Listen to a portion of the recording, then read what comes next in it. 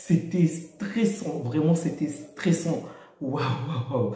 La RDC s'impose face à l'Égypte sur un score de 8 contre 7. C'était sur des tirs au but, bien évidemment. Lorsque j'ai déjà vu que cette équipe, lorsque j'ai vu le match se diriger vers des tirs au but, je me suis dit, waouh, c'est injuste. La RDC va encore perdre parce que l'Égypte a quand même c'est vrai que la dernière fois, c'est le Sénégal qui avait battu l'Égypte, mais en grande partie, majoritairement, c'est l'Égypte qui bat ses adversaires sur les tirs au but. Donc, je me disais que c'était terminé vraiment. Parce que je trouvais ça également injuste parce que lorsqu'on a vu les performances de la RDC, c'était vraiment à féliciter. Pendant tout le match, en fait, la RDC méritait largement de gagner ce match. Et même pendant les prolongations ou avant, lorsque l'Égypte va obtenir un carton rouge, on sent la domination de la RDC était juste supérieure. C'est simplement sur le plan offensif que cette équipe devrait vraiment s'améliorer. Vraiment, défensivement, c'est une équipe solide. Sincèrement, vraiment solide. Même des équipes européennes, je ne les vois vraiment pas avoir parfois ce niveau-là.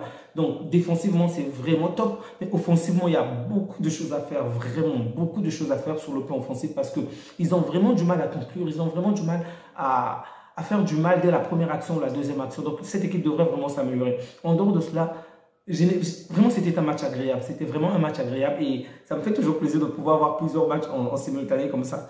Du début jusqu'à la fin, je me suis régalé, vraiment. Lorsque les gardiens se sont mis à tirer, je me suis dit, oh non, Passy va rater, Passy va rater. Et là, non, pas du tout. C'est l'inverse.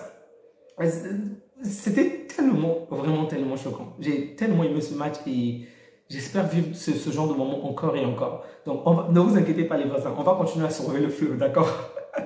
Aller le plus loin possible, vraiment, mais on va continuer à surveiller le fleuve. Très bon match de la part de la RDC. Bon, du côté de l'Égypte, j'ai quand même trouvé un bon match, un très bon match de Annie, de Eleni et de Zizo.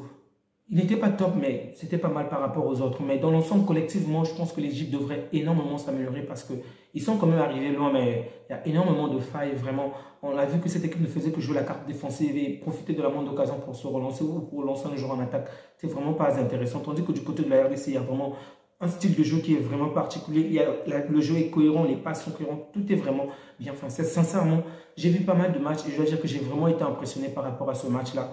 Et j'espère qu'ils vont aller le plus loin possible, vraiment le plus loin possible. Je suis juste inquiet par rapport à Chancel Mbemba. Heureusement qu'on a fait la mise à jour des règles, comme quoi il pourra jouer lors du prochain match parce qu'il se discute tellement trop et du coup, il a encore pris un carton jaune. Si on n'avait pas fait la mise à jour des règles, il aurait pu être suspendu lors du prochain match. Donc, j'espère qu'il va se calmer pour les prochains matchs. Je vais m'arrêter là parce que apparemment j'ai un souci avec mes vidéos. Elles sont longues en ce moment. On n'arrive pas à les publier vraiment à temps. Donc, je vais faire une vidéo le plus court possible. Prenez bien soin de vous les amis et passez une agréable soirée. Au revoir.